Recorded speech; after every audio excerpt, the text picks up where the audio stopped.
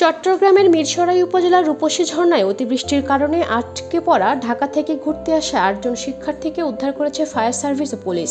জরুরি সেবা নম্বর 999-এ ফোন করে সাহায্য চাওয়ার পর দ্রুত অভিযানে অংশ নেয় সংশ্লিষ্ট সংস্থাগুলো।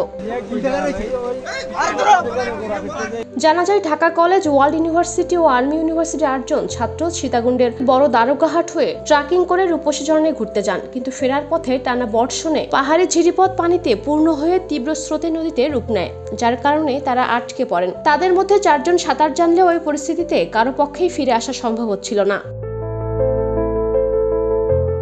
পরিস্থিতি বর্ণনা করে সকাল 10:30টার দিকে 999-এ ফোন করেন নুরনবী নামের এক পর্যটক। কলটি গ্রহণ করেন এএসআই কাজল ভূঁইয়া এবং কনস্টেবল আল মামুন। তাৎক্ষণিকভাবে বিষয়টি মিরসরাই ফায়ার সার্ভিস স্টেশন ও থানাকে জানানো হয়।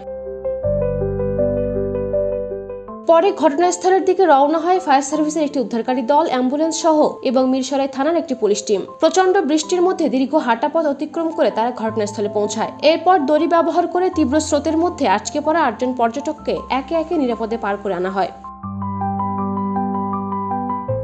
এই উদ্ধার অভিযানে সমন্বয় রক্ষা করেন 999 পুলিশ ডিসপাচার এএসআই হারুনুর রশিদ এবং ফায়ার ডিসপাচার মোহাম্মদ হানজালাল। সময়মতো পদক্ষেপ, আন্তরিক সহযোগিতা ও সমন্বিত অভিযানে সফলভাবে 8 জন পর্যটককে জীবিত উদ্ধার করা সম্ভব হয়েছে বলে জানিয়েছে সংশ্লিষ্ট কর্তৃপক্ষ।